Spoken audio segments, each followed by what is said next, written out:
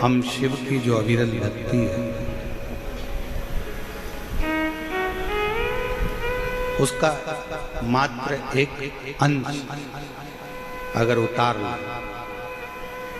तो शायद हमारे जीवन की सारी दुविधा, सारा दुख और सारी तकलीफें एक क्षण में समाप्त हो जाए। एक क्षण। यदि हम भगवान शंकर की विरल भक्ति को मात्र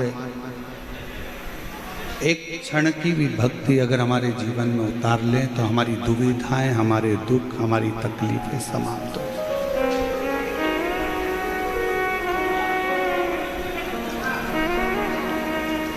हम भगवान की शरण कब लेते हैं? हम शिव की शरण कब लेते हैं? थोड़ा सा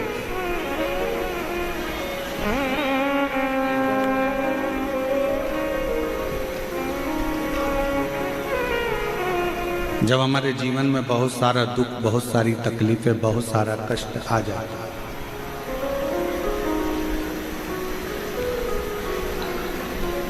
एक्सीडेंट हो गया, तब किसी ब्राह्मण देवता ने कहा कि महामृत्युंजय के पाठ कराओ। शिव की शरण में भेजा।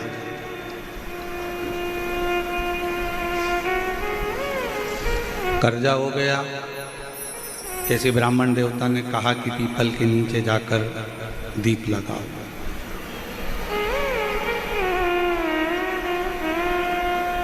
बहुत तकलीफें जब बढ़ गईं, बहुत दुख जब बढ़ गया, तब फिर भेजा कि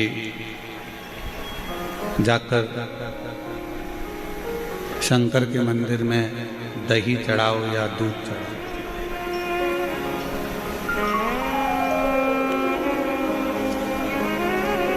आप लोगों में से कई लोग ऐसे होंगे जिनको कोरोना नहीं हुआ होगा।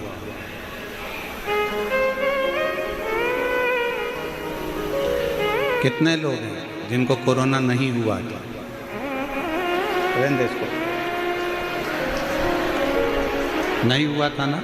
हाँ, रखिए। अब एक बात बताओ, आपको कोरोना नहीं हुआ, उसके बाद भी वैक्सीन लगवाया कि नहीं लगवाया? लगवाया ना? क्यों लगवाया? कि मान लो वैक्सीन अगर लगवा लेंगे तो ये कोरोना का असर अपने ऊपर नहीं होगा।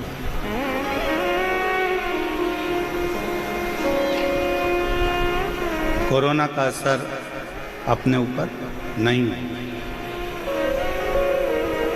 अब तुम्हें कोरोना हुआ ही नहीं था, तुमने फिर भी वैक्सीन लगवाई।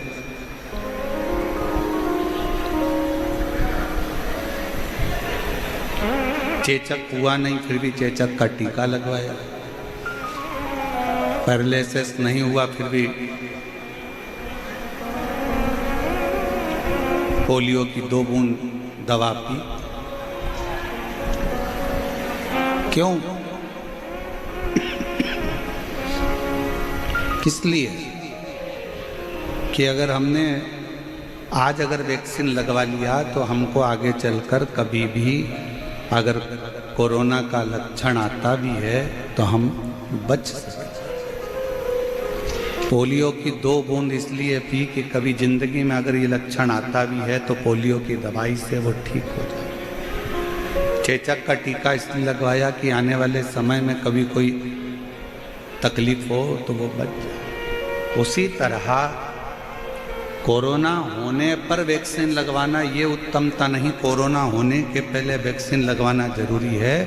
उसी तरह दुख आने से पहले शिव का नाम लेना चालू कर दो तो दुख आना वाला है। कष्ट आएगा ही नहीं, तकलीफें आएगी। हमारी आदत क्या है? जब बहुत नज़दीक में कोई आता है, बहुत नज़दीक में बीमारी बढ़ जाती है, बहुत नज़दीक में तकलीफ आती है, तब हम लोग भागते हैं। और बचपन खेल में खोया, जवानी नींद भर सोया, बुढ़ापा देख कर रोया, सिराने मौत हंसती है। हमारा बचपन चले गया, जवानी चली गई, अधेड़ी चली गई, आया बुढ़ापा, तब हमको उस ईश्वर की याद आ गई।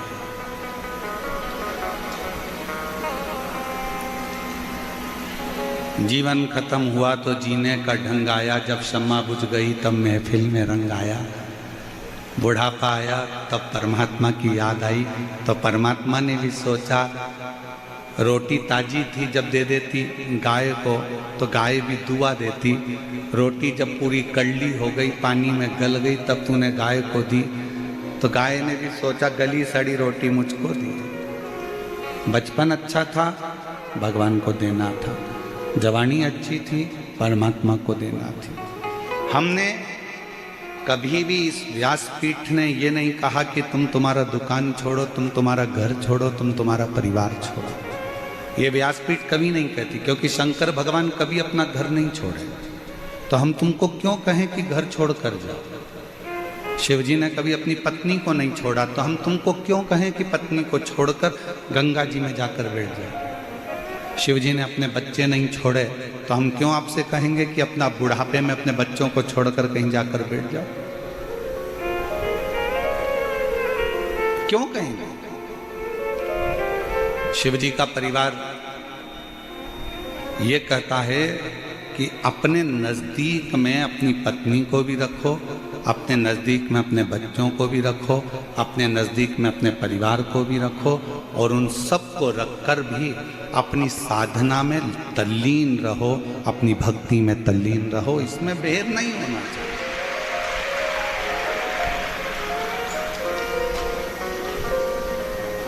कोई महाराज तुमसे कह दे कि तुम अपना घर छोड़ दो, बिल्कुल मत छोड़ना। कह देना सीहोर वाला महाराज मना करा, हम तो हमारा घर नहीं छोड़े। कोई कहे तुम अपना व्यापार छोड़ दो, बहुत व्यापार करो, तुम्हारे शरीर की कैपेसिटी है उससे दुगना व्यापार करो, भगवान तुमको इतनी कृपा कर दे कि तुम्हें रात दिन कमाने से फुर्सत ही ना मिले। मना नहीं। तुम्हारे शरीर की कैपेसिटी है उससे दुगना तुम व्यापार करो, मना नहीं। अच्छा कमाओ, पर तुम्हारी कमाई के साथ में एक बात का और याद रखना कि वो कमाई का कम से कम 100 रुपए में से 10 रुपए ऐसे कमाना कि वो 10 रुपए